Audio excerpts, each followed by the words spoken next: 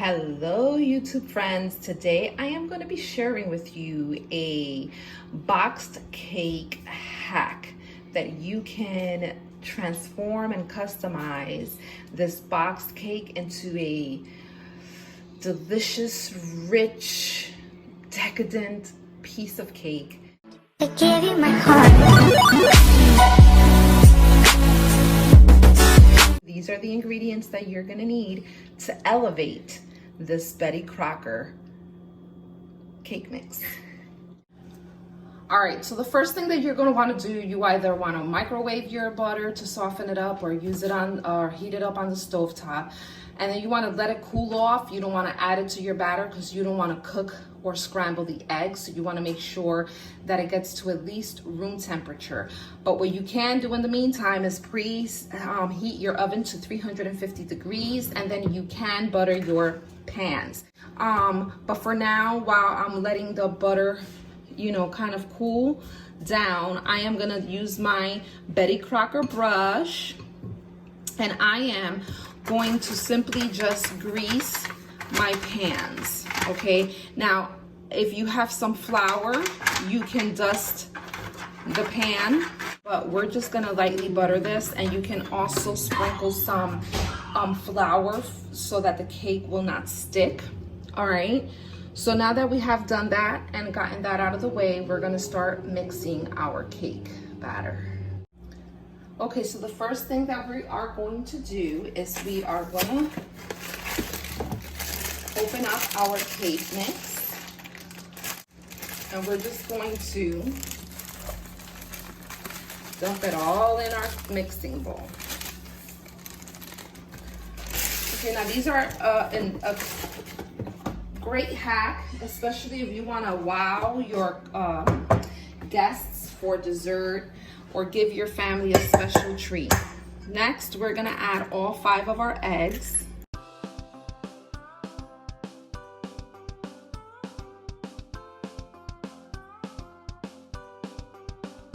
Next up, we're gonna add in our Jell-O pudding mix. You do not have to prepare the Jell-O pudding mix, you're just gonna add it all. You're gonna just dump all of the contents inside of the cake batter, okay?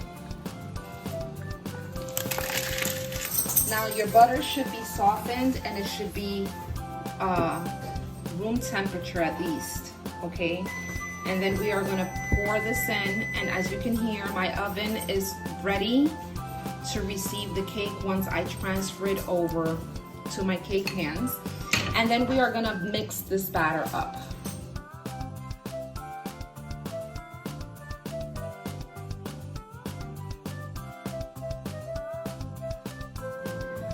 All right, so now that we mixed our cake, okay, it's ready to be placed in the greased pan. So I have my greased pan right here, and then you are gonna evenly divide the batter,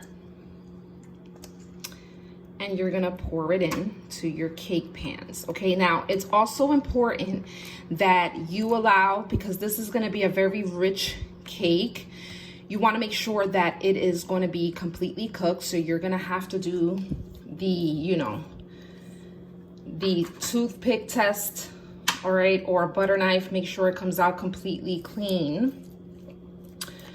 And, before you frost it, otherwise it's going to not be a good thing. Okay, so you want to make sure you cook it completely. All right, and you want to spread this out evenly into your pans, okay? And then once you get that done, you're gonna bake it. All right, so here go, excuse me. So here go the cakes. This one is deflating a little bit, which is okay, because I think I put a little bit more batter on this one than I did this one, but that's fine. It's a home cake. It smells heavenly in here. So what I'm gonna do is I am gonna let these bad boys cool off a little bit more so that I can, frost them. Now, normally you would like to frost your cake like the next day to make sure that the cake is completely cooled and it, it doesn't fall apart because it's so, comes out so soft. But Mia can't wait. She wants a slice of this baby. So I'll be right back to show you a hack that you can do with the store-bought frosting. All right, so this is gonna be a frosting hack, okay? A store-bought frosting hack. As you can see here, I have the rich and creamy milk chocolate Betty Crocker. This was Mia's request. And so we're just gonna take all of the icing, and I left the icing, you know, out. And so it can be soft. And so the trick is, the hack is really simple. As you can see, this is all the icing that was inside of the can or container.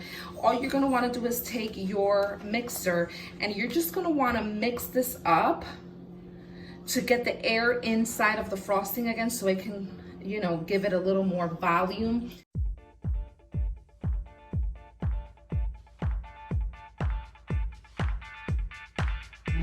All right, and as you can see, it is now more lighter, it's fluffier, okay, and you're gonna have more than enough to frost the cakes.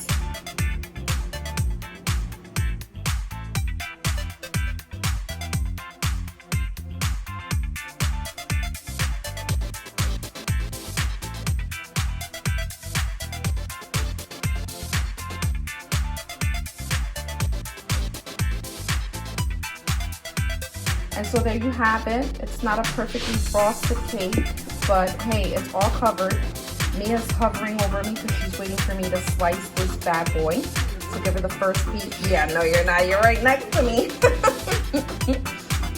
And so I'm gonna slice up a piece of this cake for her with a little bit of milk so that she can have the first slice. I can stop it. Yeah, what do you think? It's so good. You think so? Yeah. It's delicious? Yes. Oh my goodness. I love this type of cake. Really? Mmm. Is it good? Yes. On a scale of 1 to 10?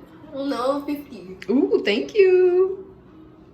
Oh my goodness. I didn't put too much chocolate in the middle, frosting, but I cannot wait to try this. I'm pretty sure it's gonna taste delicious. I'm not gonna be on camera because I have quarantine hair and that's not gonna happen. But I hope you enjoyed this video. If you like it, give it a big thumbs up. Don't forget to subscribe and leave a comment. Until the next video, guys. Bye.